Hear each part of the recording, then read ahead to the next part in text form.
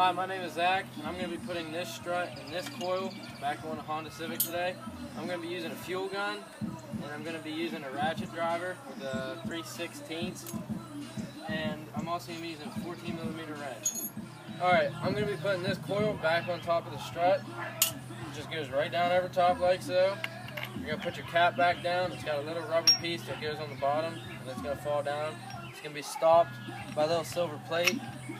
And we're going to be putting it back on. Alright, I'm going to be putting this strut with the coil back onto the control arms. So first we're going to start off by compressing the shock and make sure the nut side is facing towards the front of the car. Sometimes these things can be a pain. And you can manually push and preload the shock. And then once that's done, just make sure your coil is on there and fitted correctly, like so. You don't want it to be like crooked or anything.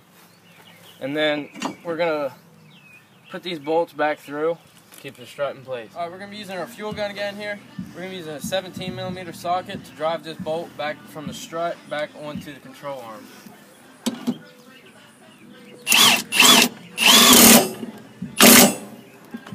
And you want to make sure it's nice and tight to where it clicks.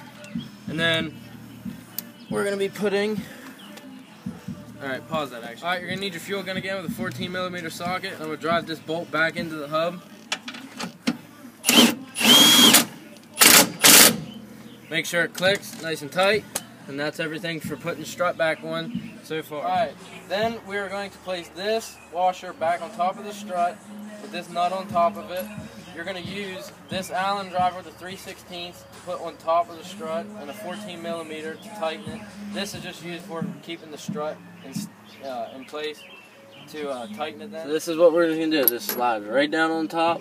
Finger tighten it first, that way it doesn't take so long.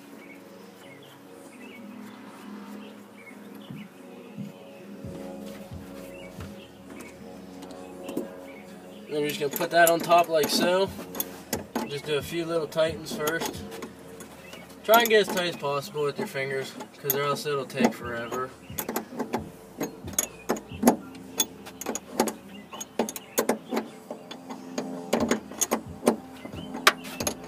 It makes it a lot easier with power tools, but in a tight space, you're very limited.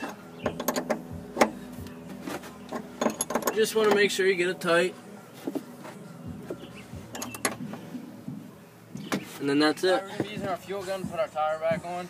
I'm using most of the time on these years at Honda, it's a 3/4 socket. And like I said before, you just want to hand tighten these first. That way you do not strip your strut out, because that's bad, bad news.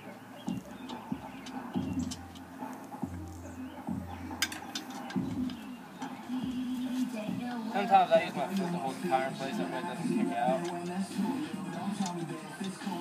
You just want to get them as tight as possible.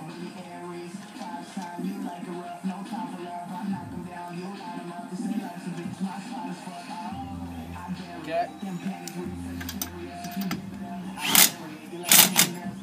Go to it quick again, make sure it's nice and tight.